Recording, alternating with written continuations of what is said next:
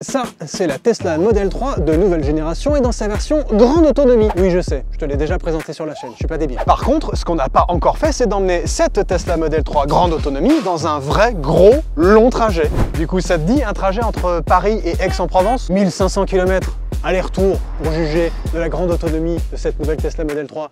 Ça devrait suffire, non? Donc reste bien jusqu'au bout de cette vidéo parce que tu sauras tout des consos de ouf de cette voiture, ou pas. Tu sauras tout de ses qualités de grande routière, ou pas, et aussi bien sûr de sa facilité de charge rapide, ou pas. Bienvenue sur En Roue Libre, moi c'est Martin, et c'est donc parti pour un gros bout de chemin avec cette toute nouvelle Tesla Model 3, ou pas. Enfin, si, là, pour le coup, c'est vraiment parti. Il est même pas 5 h du matin et je commence déjà mon trajet parce que, ouais, je te l'ai pas dit, il faut que je sois avant 14 h à Aix-en-Provence. Bah oui, ça arrive d'avoir des rendez-vous, c'est la vie de tous les jours. Donc normalement, ce trajet-là avec une voiture thermique classique, il va te prendre, allez, en gros, si tu t'arrêtes pas trop, un gros 7 h, 7 h 30. Et là, on va voir ce que va nous réserver le planificateur de la Tesla. Nous avons très exactement, tu le vois ici, 78% de batterie, soit 384 km d'autonomie. Et donc, nous allons aller par ici, à Aix-en-Provence, et donc ça nous dit 2 arrêts, un à Vallon sur un superchargeur, un autre à Dardilly, 7 h 15, 9 h 26, et on devrait arriver à 14 h 03. Les conditions de cet essai, elles sont pas spécialement favorables à la voiture électrique. Il fait très froid, bah oui, on est en plein mois de janvier, et il fait très exactement moins 6 degrés au moment où on démarre notre trajet, donc autant te dire que ça caille dehors. Au passage, je viens de faire un truc très important, je viens de réinitialiser. Tu sais, il y a plusieurs trajets disponibles, tu as le trajet actuel, le trajet depuis la recharge, ce genre de trucs. Et là, il y a deux trajets, le trajet A et le trajet B. Je viens de réinitialiser le trajet A. Et regarde, je te le prouve par ici, tu vois, le trajet A, il est là. Et donc on a fait 0 km, 0 kW total, avec une moyenne de 448 Wh. C'est énorme! Je te connais très bien, tu vas me dire, et dis donc Coco, quand tu sais que tu te fais un long trajet, comment ça se fait que tu t'es pas rechargé à 100%? Eh ben, je te répondrai déjà, 1, je fais ce que je veux, et 2, bah, j'ai pas pu me recharger chez moi, tout simplement parce qu'il y avait une bagnole garée devant chez moi, et donc, bah, j'ai plus que 78% de batterie, donc je fais ce que je peux, désolé, c'est comme ça. Dans la vie de tous les jours, on n'est pas à 100% tous les jours, c'est comme ça. On se fera régulièrement des petits points consommation pour savoir à peu près où on en est en fonction des endroits où on va rouler. Là, on est typiquement sur un trajet urbain. Là, clairement, je suis sur le périph' depuis 5-10 minutes, un truc comme ça, pour rejoindre ensuite la 6 et tailler vers le sud. Tu connais le truc si tu es de la région parisienne. Et la consommation moyenne de notre Tesla Model 3 grande autonomie est de 15,4 kWh au 100 km. 15,4, c'est pas mal. Je suis sûr qu'on peut faire mieux. Il y a un truc important qu'il faut que je te précise pendant ce trajet, je vais me mettre aux vitesses autorisées par la loi. C'est-à-dire que je ne vais pas faire de l'éco-conduite sur autoroute en mode ouais, je vais me mettre à 110, nanana. Moi, si je prends l'autoroute, que j'ai une bagnole électrique ou une voiture thermique, c'est pour rouler à 130. Sinon, je prends les nationales, tu vois. Je vois pas trop le délire de se dire je prends l'autoroute, je vais me mettre à 110 parce que quand même... Non, on va se mettre aux vitesses légales. Allez, c'est parti. Pour l'autoroute, on est vraiment là sur la 6. On est à 130 km/h. Voilà, je m'y cale tranquillement. Tac, tac, tac, tac, tac. 130 régulateurs, voilà nickel. Alors je suis absolument ravi de t'annoncer qu'il y a une nouvelle limitation de vitesse en France. La vitesse à 120 km/h. Voilà, je sais pas d'où sort cette limitation de vitesse, mais la voiture vient de me l'inventer. Là, on est limité à 120 km/h sur autoroute. C'est peut-être une nouvelle loi de 2024 que je ne connaissais pas. Peut-être que tu es au courant, mais moi, j'avais entendu parler. Mais dis donc, que vois-je poindre à l'horizon? Ne serait-ce pas une petite barrière de péage? Tu me vois venir gros comme une maison, hein, comme un andouille que je suis. Forcément, quand tu as à peu près l'équivalent de 440 chevaux sous les pattes, tu peux te faire un petit départ arrêté, pas vraiment arrêté. Bah t'y vas quoi. T'es prêt? Vitesse lumière, comme diraient mes enfants. Oh putain. C'est quand même totalement débile. Voilà, on est à 130. Ça marche bien. Bon, pour la conso, c'est pas génial, je sais. Mais pour le fun, c'est quand même cool. La voiture vient de se refaire une toute petite session de préchauffage de la batterie. C'est assez marrant, ça fait plusieurs fois qu'elle me fait des petits préchauffes comme ça de, on va dire, je sais pas, une petite minute, 2 minutes. La voiture sait ce qu'elle a à faire pour préchauffer correctement sa batterie, de sorte qu'on puisse charger relativement vite dans maintenant 1 h 25. C'est quand même assez étonnant que ça, tu vois, ça préchauffe comme ça sur la longueur. C'est sûrement fait exprès, enfin du moins je l'espère.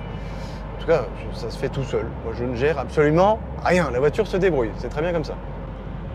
Alors, il y a un truc, je ne sais pas spécialement ce que ça va rendre à la caméra. Je pense que tu le vois quand même un petit peu. Là, il fait grande nuit.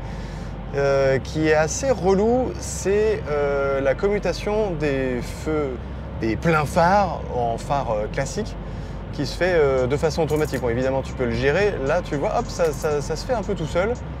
Et c'est un peu foufou, dans le sens où de temps en temps, ça met les pleins phares, alors qu'il y a quand même des gens en face.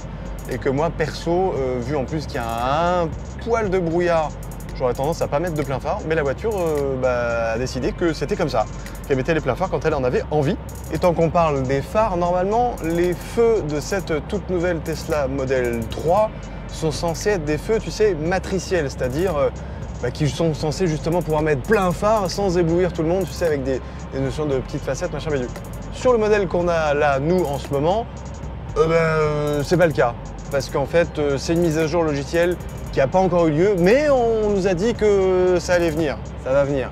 Ce serait-il pas le moment de se faire un micro-point consommation? Parce que ça fait quand même une bonne heure qu'on roule tranquillement à 130 régulateurs sur autoroute. Notre consommation, elle s'élève à 22 kWh. Ça oscille entre 21,8, 22, puisque la batterie commence à se mettre de plus en plus fréquemment en mode préchauffage. Bah oui, parce qu'il nous reste à peu près une quarantaine de minutes jusqu'à notre première station de recharge. Et alors, petite info pas inintéressante, on devrait être assez bas au niveau de notre pourcentage de batterie restante, ce qui est plutôt pas mal. Comme ça, on aura une courbe de charge la plus forte possible. A priori, ça devrait être pas mal pour une recharge bien vénère. Voilà, on va arriver dans très peu de temps à notre fameuse sortie pour Avallon. Parce que oui, quand tu vas aller choper un superchargeur et que tu es sur autoroute, t'as pas d'autre choix que de sortir de l'autoroute. Donc c'est ce que nous faisons. Bon, c'est pas non plus la sortie la plus délirante de l'année, puisqu'il va nous rester à peu près 1,2 km pour aller chercher ce superchargeur. C'est pas trop galère, tu vas pas perdre non plus 10 milliards de temps. Je vois poindre à l'horizon des feux de voiture ou des feux rouges et nos bornes, elles sont par ici. Alors laquelle on va prendre? Parce que franchement là, je crois qu'on a un peu l'embarras du choix. On va prendre celle-là. Il ne nous reste donc plus qu'à ouvrir notre petite trappe de recharge, se rendre compte qu'il fait moins 5 degrés dehors. On va se régaler de prendre comme d'habitude notre petit pistolero et de brancher tout ça. Et normalement, ça communique et en 10 secondes, ça va être parti. Et voilà, c'est vert, c'est parti. On est censé recharger jusqu'à 40 minutes de recharge, dis donc. C'est beaucoup. J'avoue que je m'attendais pas à prendre autant de temps sur cette première recharge. Là, on est à 10%, on est arrivé à 8%. 9% très exactement, on est déjà à 11% de batterie. Donc a priori, on va devoir recharger jusqu'à quasiment un bon 60-70% pour ensuite aller sur le deuxième superchargeur qu'on touchera à 10 h, sachant qu'il est 7 h du mat. Ça nous fait un petit peu de temps, donc il y a un peu de recharge. Et le gros avantage des superchargeurs, c'est que tu vas le voir, tu peux aller chercher un café, tu peux aller faire pipi, c'est hyper cool. T'avoueras que c'est pas méga super glamour, quoi. Je suis tout seul au milieu de la pampa, il fait moins 40 degrés dehors, et il y a rien, hein, mais rien. T'as un hôtel machin derrière, nos fameuses bornes, des bagnoles qui passent juste à côté de nous. J'aurais bien été prendre un petit café, tu vois. Surtout quand il fait un peu froid comme ça et qu'il fait un peu tôt comme ça. Mais là, à part écouter le ventilateur qui souffle, tu peux pas faire grand chose. Bon, au niveau charge, on en est où? Là, il nous reste une demi-heure avant de poursuivre le trajet, il est 7 h 20. On prend toujours 116 kW, donc c'est pas mal puisqu'on est à 44% de batterie, donc à peu près la moitié de la batterie, on prend encore 116-117. Heureusement, même si t'as pas de station à côté de toi, t'as toujours ta petite bouteille d'eau qui va bien, mais t'as surtout ton énorme écran sur lequel tu vas pouvoir patienter un petit peu plus. Par exemple, je sais pas, en allant chercher quoi, tiens, cinéma. Allez regarder YouTube. Tiens, si on regardait cette chaîne sympathique qu'on appelle En roue libre auto. Ah, incroyable! Pourquoi j'ai les pubs en... C'est très étonnant. J'ai pas demandé ça, moi. Voilà. C'est pas mal, ça. Ce qui m'intéresse pas spécialement, c'est pas de regarder ma gueule. C'est plus de te dire que voilà, tu peux quand même passer ta petite demi-heure, même si t'es paumé dans la pampa, si t'as les enfants derrière qui sont un petit peu énervés, hop, tu te mets ton petit truc YouTube, ta petite vidéo, ton petit machin, ça marche quand même pas mal et ça te permet, mine de rien, de passer ce temps un petit peu perdu. Bon, et au passage, je le dis comme ça, mais si ce contenu te plaît, et si tu as envie d'en voir d'autres, et si tu as envie d'entre guillemets soutenir l'humble travail que je fais à travers cette petite chaîne qu'on appelle En Roue Libre, bah t'oublieras pas de t'abonner, ça me ferait plaisir, tu vois, ce serait cool. Comme ça, on pourrait se retrouver sur les autres vidéos de la chaîne. Voilà, c'est dit au passage comme ça. Pendant qu'on était en train de faire nos bêtises à regarder YouTube, la voiture a continué de charger et malheureusement, elle est passée sous la barre des 100 kW. Là, on est à 87 kW de puissance de charge et on est à 57% de batterie, soit l'équivalent de 281 km. Et donc il nous reste 20 minutes selon la voiture pour charger le pourcentage de batterie dont elle aura besoin, sachant qu'elle nous dit un truc pas inintéressant, c'est que tu vois, elle nous donne la puissance qu'on aura à Dardy, donc à notre prochaine étape. Et là on est à moins 10% de batterie, donc en gros on ne peut pas y aller. Et là-bas, on restera a priori 50 minutes pour avoir à peu près 14% de batterie quand on arrivera à destination. Donc ça, mine de rien, c'est quand même un truc assez puissant de cette voiture-là, des Tesla en général. C'est la puissance du calculateur, du planificateur intégré qui est quand même capable de te dire, pas à la seconde près, faut pas déconner, pas au pourcentage près, mais quand même, tu as très peu de surprises entre ce que ça te prévoit et ce que tu as effectivement malgré des conditions de conduite comme aujourd'hui qui sont encore une fois pas forcément évidentes du fait qu'il fasse froid, du fait qu'il y ait de la déclivité et du fait qu'on fasse beaucoup d'autoroutes là où forcément ça décharge beaucoup plus vite les batteries. Ça y est, on vient d'atteindre les 78% de charge de batterie. Sachant qu'on est arrivé avec 8%, ça fait donc 70% récupéré en 41 minutes puisqu'il est 7h42, donc 42 minutes, donc 41 minutes et 30 secondes si tu veux être très précis. C'est pas ouf dingo. J'avoue, je m'attendais à un peu mieux. Après 47 minutes de pause, il nous reste donc 1 minute pour se poursuivre le trajet. On a repris 59 kWh et là on charge à 41 kW, donc on va vraiment s'arrêter. Et on voit que le jour s'est plus ou moins levé depuis qu'on est arrivé dans cette magnifique borne de recharge où on était tout seul pendant toute notre charge. Voilà, allez, sur ce, on est reparti. Parce que c'était quand même un poil longuet cette affaire. Hein.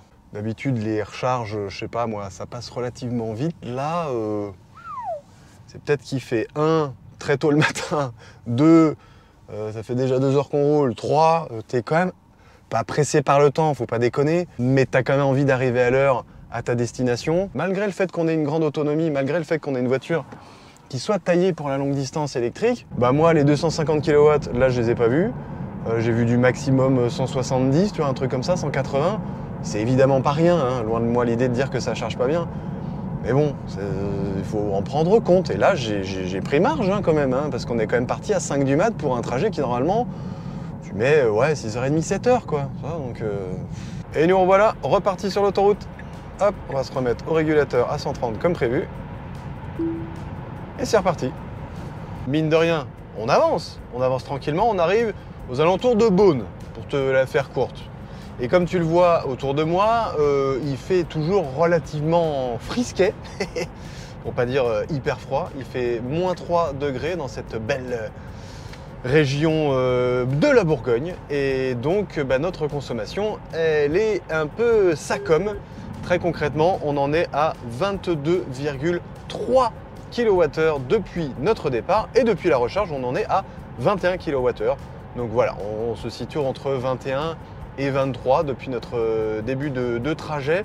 Encore une fois, dans des conditions vraiment compliquées pour une voiture électrique de ce genre-là, parce que il fait hyper froid. Dans cette Tesla Model 3, nouvelle génération de grande autonomie, il y a une grosse différence avec le modèle de base. Il y a une sono qui est un truc de malade. Genre je crois qu'il y a beaucoup plus de haut-parleurs, je me souviens plus exactement. Je vais retrouver la donnée et je te la mettrai en dessous.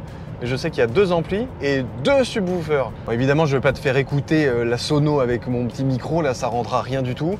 Mais en gros, pour te la faire courte, tu te retrouves avec un son qui peut être à la fois un peu surround, tu sais, un petit peu côté un peu spatial, un peu foufou. Mais ce qui est très intéressant, c'est que tu peux vraiment régler ton son exactement comme toi, tu l'as envie. Et ça, c'est un truc que j'aime beaucoup dans les sonos relativement premium, c'est le fait que tu puisses être hyper précis.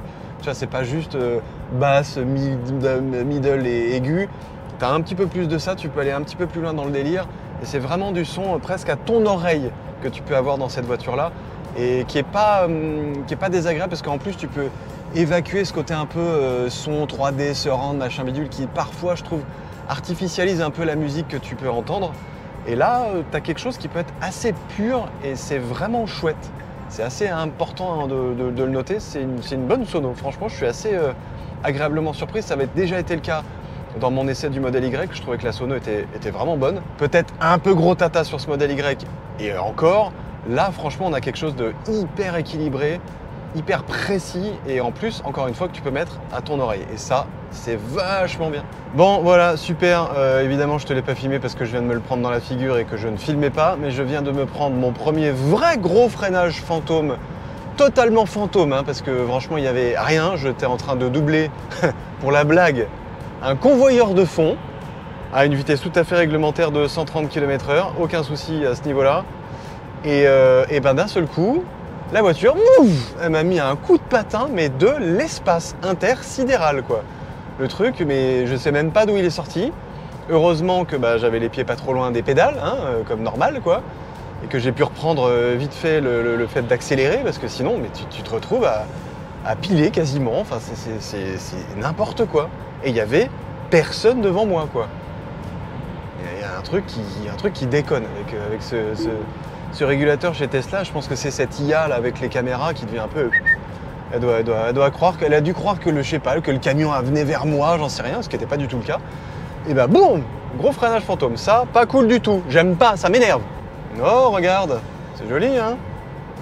Quand on a passé Lyon, ben voilà, on longe cette étendue magnifique du Rhône, si je ne dis pas de bêtises. Et tu le vois, il s'est mis à pleuvoir, donc forcément, on a dû réduire notre vitesse à 110 km/h maximum. Donc ça va nous faire économiser de la batterie, ça, normalement. Attention, messieurs, dames, on arrive vers notre deuxième et normalement dernier arrêt de charge de notre long trajet entre Paris et Aix-en-Provence. Là, je suis à 1,4 km de l'aire de Annonay. A priori, c'est le superchargeur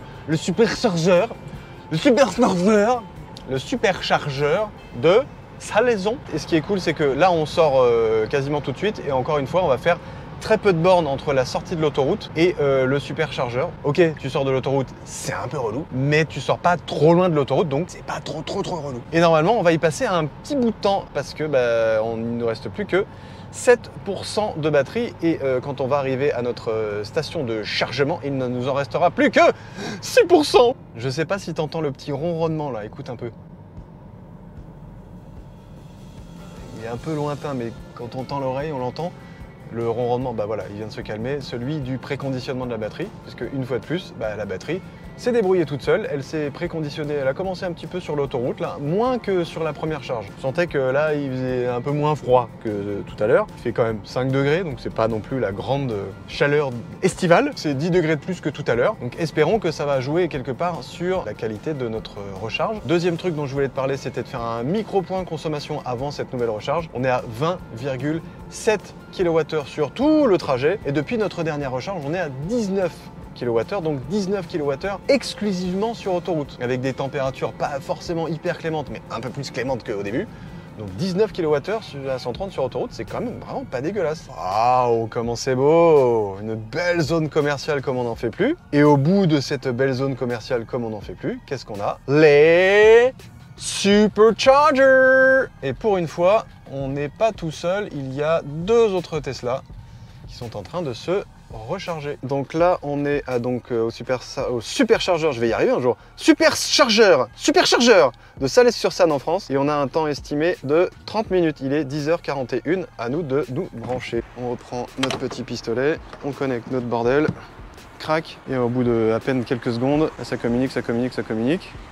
Et bing, c'est parti. Il reste donc 25 minutes pour la charge pour poursuivre le trajet. Et on est déjà à 180, 205, 220, 244. Est-ce qu'on va tout 252, on a touché la puissance max de notre courbe de charge, 251. Et on est à 7% de batterie. Ça y est, on a touché vraiment la pleine puissance de charge. Donc ça, c'est quand même cool. On a touché notre crête de charge entre, on va dire, 7 et 10-12%. Et là, on est en train de baisser aux alentours de 200 kW, ce qui est quand même beaucoup. Il n'y a pas beaucoup de bagnoles qui les tiennent longtemps. Il y a la Hyundai Ioniq 6, par contre, qui la tenait plutôt pas mal. Je te remets le test en particulier longue distance que j'avais fait avec mon pote Nico Meunier, salut Nico, au passage. Là, on est à 18% et hop, la crête est en train de baisser tranquillement vers 190, 192 kW. Donc tu le vois, on va passer moins de temps, ça c'est cool. Le fait qu'il fasse moins froid, je pense que ça doit jouer aussi, clairement là-dedans. Et voilà, il est 11h11, on est arrivé aux alentours de 10h42, donc ça fait moins d'une demi-heure pour passer de 6% à 74% de batterie. La voiture me dit qu'on dispose de suffisamment d'énergie pour continuer notre trajet, donc on peut soit continuer la charge puisqu'on est allé, je sais pas, manger au resto ou je ne sais quoi ou faire une petite course, soit continuer parce qu'on se dit que il faut être à l'heure à notre rendez-vous, ce qui est notre cas puisque là, on arriverait aux alentours de 13h39, donc parfaitement dans les temps. On a repris 53 kWh et ça charge là, on est à 74% de batterie et ça charge à 66 kW, donc effectivement, je pense qu'on a tout intérêt à se dire, allez, on se casse, quittons ce merveilleux endroit, hein, tu le vois, nous avons un Burger King, un restaurant Del Arte, un Butch Butcher, le fast-food du boucher, pour reprendre notre trajet parce que quand même, on n'a pas que ça à faire. Il nous reste 2h28 de route, 255 km à parcourir, et à notre arrivée à notre destination à Aix-en-Provence, il nous restera 19% de batterie, sachant qu'il nous en reste là 76. Tu vois qu'il fait 5 degrés, qu'il pleuviotonnait un tout petit peu, mais là ça s'est calmé, donc on va pouvoir repartir tranquillement. On va vers l'infini et au-delà. C'est par là que ça se passe, non? Il y a quand même un truc qu'il faut remarquer, et je pense que tu l'as bien vu, c'est la facilité avec laquelle tu te recharges sur les bornes Tesla. T'as pas de carte, t'as pas de rien du tout. T'arrives, bing, tu branches, terminé. Et ça facture ton compte Tesla, donc le compte de ta voiture. Donc c'est pour ça que il faut aller, quand tu es sur Tesla, il faut aller chercher les superchargeurs. Franchement, déjà parce que le kilowattheure est moins cher. Je crois qu'on était aux alentours de 0,32 sur cette borne-là, et même celle d'avant, il me semble. C'est entre 0,32 et 0,35, alors que sur les chargeurs d'autoroute, tu peux taper le 0,50, voire au-delà sans souci. Ça enlève quand même une grosse partie de la contrainte du voyage, en particulier longue distance à l'électrique, qui est ce côté, tu es toujours en train de te demander est-ce que tu as la bonne carte, est-ce que ça va marcher, est-ce que là tu arrives, bing, tu branches, ça marche. J'ai jamais eu un souci avec une borne Tesla. Alors tu vas me dire, certainement, toi ça t'arrive peut-être, hein, si tu es un Tesla addict et que tu as déjà une Tesla depuis un bon bout de temps, c'est possible que tu aies eu un souci. Et dis-le moi en commentaire d'ailleurs si tu as des soucis fréquents ou non avec les recharges Tesla, mais moi en tout cas, ça m'est jamais arrivé. Ah! Tu entends ça? Il faut qu'on parle d'un truc sur cette Tesla Model 3, qui est présent d'ailleurs sur toutes les bagnoles modernes, c'est obligatoire. Elles ont toutes l'obligation d'avoir le fameux bip bip qui te dit bip bip quand tu vas trop vite. D'habitude, si tu veux l'enlever sur des bagnoles autres, c'est la croix et la bannière. Il faut aller farfouiller dans les menus et dans tous les sens. Sur Tesla, il faut juste faire une action. Et pour une fois, Tesla est vachement bien foutu ergonomiquement parlant parce que tu fais blink. Et on n'en parle plus. Terminé, tu l'entendras plus. Et donc si tu te fais flasher, c'est ton problème. C'est pas le problème de la bagnole. Et mine de rien, il y a un truc qui est pas inintéressant à remarquer dans notre voyage qu'on est en train de faire là entre Paris et Aix, c'est le fait qu'on fait des sauts d'environ 250 km à chaque fois. Tu te fais 2h, 2h20 de route, pam, 250 km, pam, tu recharges, pam, tu fais 250 km à peu près. Tu peux te dire que sur autoroute, tu as une autonomie tranquille de 250, 280 km si tu pousses un petit peu. Faut que je te montre un truc hallucinant. Non, c'est pas ce grand astre ensoleillé qu'on voit là, mais à mon avis, ça doit pas être anodin dans ce que je vais te montrer. Non, ce que je vais te montrer, c'est pas le camion de modèle Y qu'on est en train de doubler, pas du tout. C'est plutôt la consommation de notre trajet depuis la recharge. Regarde, c'est marqué là. Depuis la recharge, on a fait 68 km, donc que sur l'autoroute, et on est à 158 Wh au kilomètre, donc 15,8 kWh au 100 km, qui nous fait baisser notre consommation, tu vois, sur notre trajet à 600 km, 20,1 kWh au 100 km. Et ça nous prouve quand même deux trucs. Un, que la température extérieure, ça joue quand même dans les performances de la batterie, mais genre vraiment, parce que là, il fait 12 degrés. Autant te dire que plus on descend, plus il fait chaud. Dans le sud, là, il fait chaud, bien sûr. Les Tesla dans le sud, elles marchent mieux, bien sûr. Bon, par contre, il faut qu'on parle d'un truc. Je m'en étais déjà un peu rendu compte quand on faisait un petit peu de route classiquement, j'ai envie de dire. Ça, ce rétro droit, il est vraiment trop petit. C'est un vrai souci parce que déjà que la lunette arrière, elle est quand même relativement fine du fait de l'arrière un peu pincé de la voiture. J'ai pas de passager derrière, hein. Je suis à vide, hein, donc voilà. Et je vois les deux appuis-têtes, même les trois, enfin celui du milieu, il est pas trop gênant, mais les deux là, à gauche et à droite, putain, tu te dis qu'il y a quelqu'un dedans, ça prendrait de la place. Et franchement, tu vois pas grand chose. Donc ouais, 2-3 fois, tu mets 2-3 coups d'œil dans les rétros parce que t'es pas sûr d'avoir bien vu ou pas bien vu. Et à la longue, et surtout sur autoroute, c'est assez gênant. Le problème aussi, c'est que les rétros de chaque côté, les rétros latéraux, ils sont pas énormes. Ça va, hein, on voit quand même relativement bien ce qui se passe. Mais bon, la vision globale que tu peux avoir dans cette voiture, elle n'est pas idéale. Bon, il faut qu'on parle très sérieusement du régulateur adaptatif de cette Tesla Model 3 parce qu'il y a un vrai souci et je te le montre tout de suite. Je suis à 130 km/h, j'ai un camion qui est devant moi, je mets mon clignotant et la voiture freine jusqu'à 119 km/h quoi. Alors qu'il y avait rien devant et rien derrière. C'est hyper agaçant ça.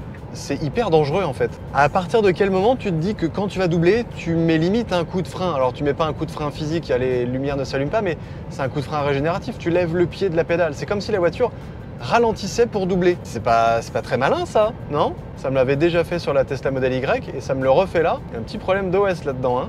Les gars, il faut revoir ça parce que c'est pas terrible ça, hein. Regarde, nouvel exemple. Concentre-toi bien. Je mets mon clignotant, je suis à 127, je double. Et la voiture ralentit. 125, 124. Et là, elle reprend sa vitesse, mais une fois qu'on est au milieu de la voie, quoi. Et elle met 4 plombes à reprendre sa vitesse. Donc limite, tu doubles pas. Donc c'est hyper dangereux, c'est hyper relou. Tu es toujours obligé de garder un petit filet de gaz en sécurité parce que tu te fais surprendre et il suffit que tu aies une voiture derrière qui débarque un peu comme une faux folle. Limite, tu lui mets un coup de frein dans la tronche alors qu'elle a rien demandé. C'est un peu désobligeant, quoi. Et dis donc, je viens de me rendre compte d'un truc. Je ne t'ai même pas dit en quel mode je m'étais mis pour ce trajet. Ah, bien joué le gars. Là, sur cette Tesla Model 3 grande autonomie, tu as droit à 2 modes pour l'accélération, confort et standard. Et pour la direction assistée, tu es en confort, standard ou sport. Et ben moi, je me suis mis en standard partout. Et si j'y pense, ce qui serait pas totalement débile, c'est qu'au retour, on se mette en mode confort partout. Est-ce que ça fait évoluer la consommation ou pas? Franchement, j'en sais rien. Bah, on essaiera au retour, tiens. Mais dis donc, ne serait-ce pas les tannes de mer que je vois là-bas à ma droite? Tu noteras l'accent du sud vraiment moisi. Je suis désolé les gars qui me regardaient dans le sud. Je suis catastrophique sur l'accent du sud. L'accent du sud, je l'ai pas. Des fois je l'ai, des fois je l'ai pas. Donc ouais, on approche de Vitrolles, de l'étang de Berre, de Fos-sur-Mer, des endroits où on navigue en slalom et en planche à voile. Big up à mes copains qui naviguent par là-bas. Et donc ça veut dire qu'on n'est plus très loin du tout de notre destination. Il nous reste très exactement 16 km et dans 14 minutes on arrive, donc on aura 20% de batterie. Et ce qui est hyper cool, c'est que la température grimpant, notre consommation, elle descend. Là on est à 16,3 depuis la recharge et 19,3 depuis l'entièreté de notre trajet. Merci le Sud, c'est bien pour la consommation, c'est comme ça. On vient d'arriver à notre destination juste à côté d'Aix-en-Provence. On a fait 787 km et la consommation pour ce trajet de 780 km est de 19,2 kW au 100 km. Et depuis la recharge, soit depuis 256 km, là où il faisait quand même beaucoup plus chaud, on était à 16,2. Ça tabasse ou c'est moi? A few moments later. Maintenant, c'est le moment de revenir à la capitale. Et donc, comme prévu, on va réinitialiser le trajet B, qui va être donc notre trajet de référence. Tac. Tout le trajet A, ce sera le trajet total. Hop. Et le trajet B, ce sera notre trajet de retour. Voilà, il est 17h13 et on va planifier notre retour. Il nous faut donc combien de temps? On devrait arriver à destination aux alentours de 2h du matin. Il est 17h14, génial. On a un premier arrêt à Chasse-sur-Rhône à 17h14 et un deuxième à Avallon. Donc encore 2 arrêts de recharge. On part avec très exactement 87% de batterie. Ce qui m'inquiète un petit peu sur ce trajet de retour, c'est les prévisions météo sur la région parisienne en particulier, parce que ouais, on prévoit une grosse période de pluie verglaçante et limite de neige. Donc je me dis ouais, comment ça va se passer? Je pense que ça peut être potentiellement la grosse aventure sur ce retour. Je viens de m'amuser à faire exactement la même chose que ce que j'ai fait à l'aller, à savoir comparer avec mon petit outil, tu sais, qu'on appelle WAZE, l'exact même trajet qu'on est en train de faire là. Lui, avec une voiture, on va dire, thermique classique, il me dit que j'en aurai pour 7h et 3 minutes. Et donc j'arriverai aux alentours de quelle heure? Alors on va dire 0h24. Donc on met quand même, vu les prévisions du planificateur, quasiment 2 heures de plus sur le même trajet. C'est quand même pas rien. Tiens, je me suis rendu compte d'une promesse que je t'avais faite il y a quelques minutes aussi quand on finissait notre trajet à l'aller. C'était de mettre le pédalier et la direction en mode confort. Pédalier et direction, crac, je les ai bien mis comme tu le vois, en mode confort. Donc on va voir si ça influe ou pas sur la consommation globale de cette voiture, le fait de se mettre en confort, parce que déjà au point de vue comportement, ça change de 3 trucs. 1, la pédale d'accélération est de fait moins réactive, au sens où il faut appuyer plus franchement pour avoir la pleine puissance de la voiture. Logiquement, ça devrait nous permettre d'être un peu plus doux encore dans nos accélérations et donc de moins consommer au final. Et le deuxième truc, c'est que ça rend la direction un petit chouïa plus douce, je sais pas si c'est le bon mot, flottante peut-être, ouais. Déjà qu'elle n'était pas spécialement hyper sharp, là, bon, quelque chose d'encore un peu plus mollasson, mais bon, c'est pas non plus scandaleux, quoi. Et nous voilà repartis dans cette belle fin de journée dans le sud de la France, sur la 8, si je dis pas de bêtises, mais à la limite, tu t'en fous. On est de retour sur l'autoroute. Est-ce qu'on se ferait pas un petit point consommation avant que la nuit tombe totalement et qu'on soit obligé d'être à la torche, à la lampe à huile ou autre? On a roulé 64 km, quasiment exclusivement sur autoroute aux alentours de 130 et on est à 16,5 kWh au 100 km, c'est encore une fois vraiment pas mal. La température extérieure est de 9 degrés, donc c'est plutôt bas mais pas ultra froid. Messieurs, dames, l'heure est très très grave. 1, j'ai faim. 2, on est censé s'arrêter dans 52 km, soit 33 minutes. On aurait 16% de batterie restante. Me souvenant des expériences passées, des superchargeurs perdus dans la pampa ou alors près de restos un peu plus ou moins bien achalandés, je ne sais absolument pas si cette fameuse aire de Chasse-sur-Rhône dispose de quelque chose pour me restaurer. Donc, ma question est la suivante. Si je m'arrête avant, est-ce que je m'arrête et que je recharge? On va improviser. Eh ouais, on est comme ça, nous. On n'est pas esclave de notre planificateur, on improvise. Une décision a été prise avec moi-même. Je vais m'arrêter vite fait pour acheter à manger. Je vais faire mes petits besoins que j'ai envie. On va faire les 37 km qui nous restent jusqu'à la prochaine station, le superchargeur Tesla. Et là, on va pouvoir lui mettre plein dans son face et ça nous coûtera moins cher parce que Ionity, c'est quand même pas donné. J'ai pas les tarifs, mais je vais les regarder. Je vais te dire ça vite fait. Et 2, là, la voiture, tu vois, vient juste de se mettre en préconditionnement. Donc elle sera encore mieux apte à recharger et à prendre sa pleine courbe de charge puisque là, on s'est arrêté, on a 25% de batterie. J'aurais pu, hein, mais j'ai la flemme. Je viens de faire un arrêt vraiment express. J'ai dû passer montre en main 7 minutes arrêté. Et quand je suis reparti, le planificateur s'est un petit peu emmêlé les pinceaux. C'était assez bizarre. Il faisait il se recalculait un peu le truc. Est-ce que je vais là? Est-ce que je vais là? Il disait 2%, moins 2%, il faut recharger parce que si vous... Et il a recalculé et il a changé de borne. C'est-à-dire que là, il me fait aller un peu plus loin en me disant, là, on va aller au superchargeur de Dardilly au lieu d'aller au superchargeur de Chasse-sur-Rhône. Pas facile à dire vite, je te défie de le dire. Et du coup, on roule encore jusqu'à 20h22 puisqu'il est 19h38, donc j'ai bien fait d'acheter à manger, hein, parce que sinon... Et on devrait arriver à cette borne du superchargeur de Dardilly avec 8% de batterie. Et alors, petite info pas inintéressante, là on arrive sur l'agglomération lyonnaise et là l'autoroute est limitée à 110 km/h. Alors je me demande si la voiture n'a pas anticipé justement le fait que voilà, ça roulait moins vite, donc on consommait relativement moins. Là on est à combien? 18,9, je crois qu'on était un tout petit peu au-dessus des 19 il y a quelques minutes. A few moments later.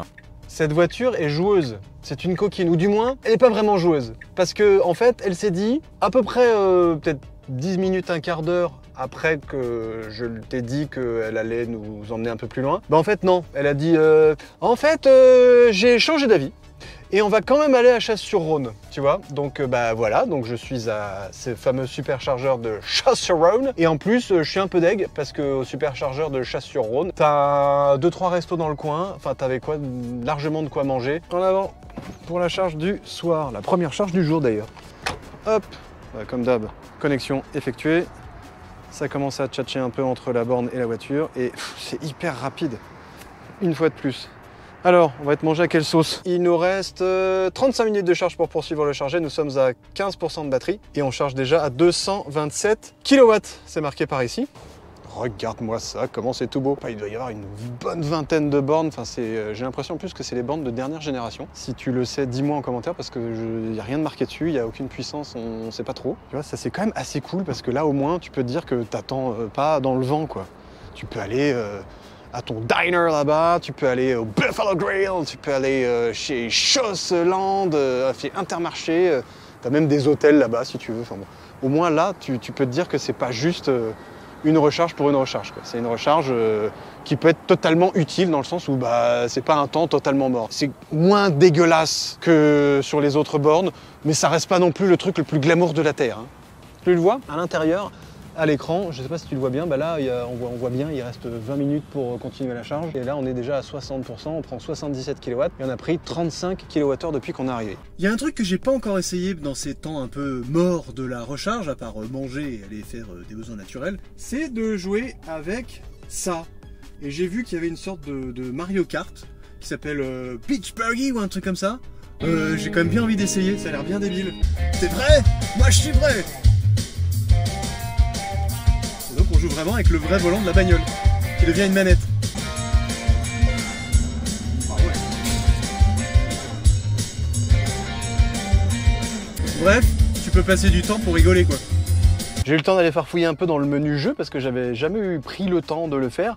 Et il y a quand même le jeu Cuphead, mais sans déconner, il y a Cuphead dans ta Tesla. Bon par contre, ça nécessite une manette qu'il faudrait appairer en Bluetooth ou brancher en USB. La prochaine fois, j'amènerai ma manette pour jouer à Cuphead. Bref, ça n'a rien à voir avec le test, mais Cuphead c'est trop cool. Bon, Cuphead c'est bien mignon, mais il nous reste 3 minutes pour poursuivre le trajet. On a 81% de batterie, soit quasiment 400 km d'autonomie. Donc dans pas longtemps, on va pouvoir reprendre notre trajet pour aller à Avallon et on chargera 25 minutes et on arrivera avec 13% de batterie. Et pour info, là, donc on est quasiment ras la gueule en termes de batterie. 82%, la voiture charge à 41 kW. On aura repris 52 kWh en un peu plus d'une demi-heure. Donc c'est quand même pas dégueulasse du tout, une fois de plus. Ouais. Bye bye. Le supercharger. Crac, c'est bon. On est reparti, la trappe s'est refermée. Et on est paré pour le nouveau départ. Là, à partir de maintenant, c'est là que les choses vont devenir un petit peu plus compliquées pour la voiture puisqu'on rentre dans une zone que j'appelle la zone de la mort pour les voitures électriques. Parce que oui, on rentre dans le Chardonnay ouais et pas le Sauvignon gnognon. Et on approche de la Bourgogne et de ses belles côtes refroidies.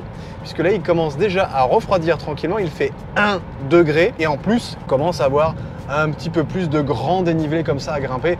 Et donc à descendre aussi, mais surtout à grimper. Et c'est ça qui consomme logiquement un peu plus de watt.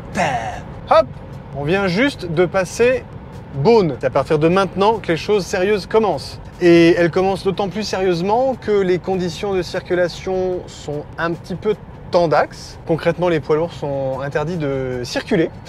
Les salages sont en cours. Donc autant te dire que je fais pas trop mon mariole. Toujours est-il que notre consommation s'élève très exactement à ce moment-là, au moment où je te parle, au moment où on entame cette montée vers la Bourgogne, de 19,3 kWh au 100 km, sachant aussi que depuis notre recharge, on est à 19,6. Donc ça a bien grimpé depuis tout à l'heure, du fait que les températures une fois de plus baissent et que la déclivité fait comme ça. Hey, mais que vois-je par ici? Un petit signe de préchauffage plus un 4,3 km qui va nous faire aller vers Avallon. On va avaler des watts. Bah ouais, donc on est très exactement à 4 minutes et 4,7 km de notre deuxième et normalement dernier point de charge de notre méga giga road trip. Il fait 2 degrés, donc c'est plutôt cool. J'avais peur que la température baisse. Toi aussi, cet endroit te dit quelque chose? Bah ouais, on est de retour sur notre superchargeur d'Avallon, celui qui nous a accueillis la première fois qu'on a fait une recharge. Tu sais, c'est l'endroit le plus glam de la Terre. La boucle est bouclée. Ça commence à devenir une saine habitude d'aller décrocher notre pistolet, de viser le bon trou et de faire crac, d'attendre que le truc passe au vert. Passe au vert, s'il te plaît. Voilà. Et bien il va nous falloir que 25 minutes pour poursuivre notre trajet, c'est plutôt cool ça. Là on prend 241 kW, et là on n'en prend plus que 220 évidemment au moment où je pointe mon doigt. 230, on est à 11%, 227. C'est plutôt chouette ça de se rendre compte que la courbe de charge en charge, de supercharge en supercharge, vraiment se ressemble à quasiment quelques kilowatts près et quasiment quelques pourcentages de batterie près. On chope le pic de charge entre, on va dire, allez, en dessous de 8%, là, vraiment on chope la pleine charge. Et une fois qu'on est aux alentours de 15-17, on descend aux alentours des 190-200 et après ça baisse progressivement. Donc franchement, cette courbe de chargeur, elle est assez cohérente. Et ça, c'est plutôt une très bonne nouvelle pour voyager loin et longtemps. On peut prévoir en gros que de saut en saut, on pourra faire à peu près le même nombre de kilomètres et qu'on passera à peu près le même temps de recharge. Superchargeur d'Avalon, on s'éclate. Au superchargeur d'Avalon, on s'éclate comme des foufous. Ou pas. Alors ça, sur l'échelle du superchargeur le plus glauque, je pense que celui-là, il a la palme d'or. De très loin. C'est mon préféré pour bader grave quand tu recharges. Donc moi je dis, on se casse. On se casse du superchargeur d'Avalon. On a récupéré 72% de batterie. Maintenant, on se casse du superchargeur d'Avalon. On se casse du superchargeur d'Avalon. Oui, alors en fin de journée, tu pètes un peu des câbles en recharge, c'est tout à fait normal, mais c'est cool parce que on se casse du superchargeur d'Avalon. Bon, avant de se barrer du superchargeur d'Avalon, je voudrais partager avec toi une petite anecdote qui m'est arrivée 2-3 fois avec cette voiture, puisque comme tu le sais, pour passer la marche avant, il faut appuyer par-ci ou par-là. Et moi, bêtement, je sais pas pourquoi, quand je mets drive, j'ai tendance à faire crack, et donc à faire crack. Sauf que ça, c'est marche arrière. Et 2-3 fois, j'ai commencé à appuyer, ça fait oh, et j'ai fait ah, c'est malin. Donc vers l'avant, c'est mieux pour aller en avant. Peut-être ça va t'arriver, ou alors peut-être que je suis un gogol. Ou les deux, on sait pas, on verra. Mais en tout cas, on se casse du superchargeur d'Avalon. Hi-ha! Je vais pas te cacher qu'il y a une drôle d'ambiance dans cette fin de trajet, parce que là, je suis totalement seul sur la route depuis peut-être, je sais pas, 3-4 bornes. Tous les camions se sont fait arrêter. J'ai plus aucune bagnole. Ah si, j'ai une bagnole derrière moi, mais alors très loin. Et de l'autre côté, je croise personne. Il fait 0 degré, il s'est mis à pleuvoir un petit peu, donc on est à 110, hein, puisque c'est réglementairement obligatoire. Donc forcément, la consommation va en profiter, hein, puisqu'on devrait arriver à la maison avec, au lieu de 14%, ou de 12%, pardon, maintenant, c'est 16%. Et notre consommation actuelle est de 19,5 kWh au 100 km depuis la recharge et 19,6 sur notre trajet, donc c'est à peu près kiff. Mais quand même, c'est très particulier hein, de rouler tout seul sur une autoroute, mais totalement tout seul ou quasiment. C'est spécial, hein. Très spécial. Ça y est, enfin, on est revenu en région parisienne. Ça n'a pas été hyper facile puisque il fait toujours là 1 degré, mais tout à l'heure il faisait -1, -2 et c'était une petite pluie verglaçante très sympathique. Et vu comment tous les poids lourds étaient rangés sur le côté et comment les saleuses salaient dans tous les sens, j'ai pas fait mon mariole au niveau de la vitesse globale de cette fin de trajet. Donc pendant quasiment 45 minutes j'étais à 110 voire même en dessous par endroit. Et ce que je te propose, c'est qu'on fasse le bilan consommation de ce retour-là et aussi de ce grand trajet de 1500 et des brouettes de kilomètres. Bah peut-être quand il fera jour, non? Parce que là je t'avoue qu'il est quasiment 2 h du mat et que franchement j'ai plus trop la tête à la consommation. C'est quand même mieux comme ça, non? Donc on va reprendre la vraie donnée très importante, ce qu'on est allé chercher en fait dans ce grand trajet de plus de 1500 km entre Paris-Aix et retour à Paris, c'est la consommation de cette Tesla Model 3 de grande autonomie. Donc je me remets sur mon petit ordinateur de bord, voilà les trajets. Et donc notre trajet A, on se souvient, on avait fait 787 km et on avait consommé 19,2 kWh au 100 km. Le trajet B, donc c'est notre retour, c'est ce qu'on vient de faire à l'instant. Eh bien, on a fait 782 km, on a fait 5 km de moins, c'était pas grand chose.